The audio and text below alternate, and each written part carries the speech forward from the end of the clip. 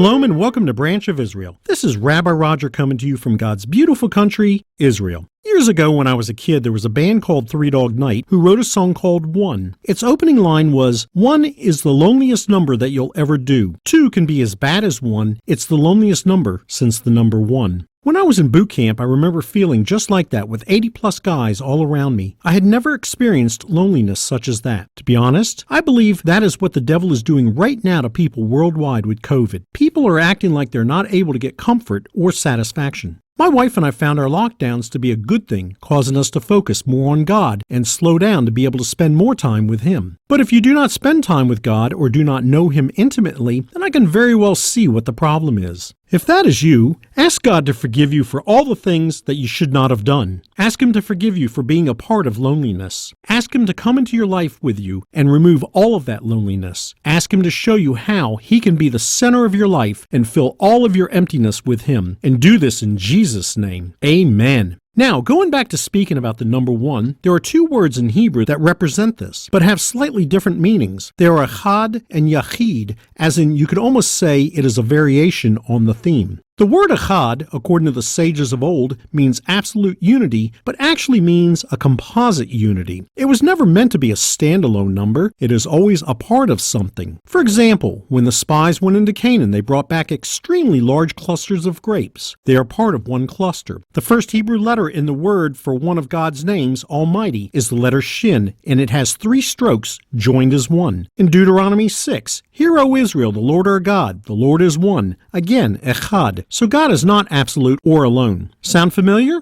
Now, let us look at Yachid. This is different because it is meant to be alone, single, or individual. Look at Isaac. He was the only son of Sarah. However, it is the result of a unity because its root means the same thing as echad because they are both from the same root. This is why Yachid can mean only or only begotten child. In other words, Isaac could not have existed had it not been for the unity between Abraham and Sarah. Jesus is the only begotten Son because he's part of the Trinity, Father, Son, and Holy Spirit, where the Holy Spirit is feminine in Hebrew. So like I mentioned before, echad and yachid are similar, but yet different. Are you now getting the picture? Are you starting to see more of Jesus in the Old Covenant? Do you see how this applies in your life because you are yachid, an individual, but echad, or one with Him? For more teachings and information, visit branchofisrael.com. Again, this is Rabbi Roger coming to you from Israel. Thank you so much for listening. Lehitrot, goodbye, or see you again.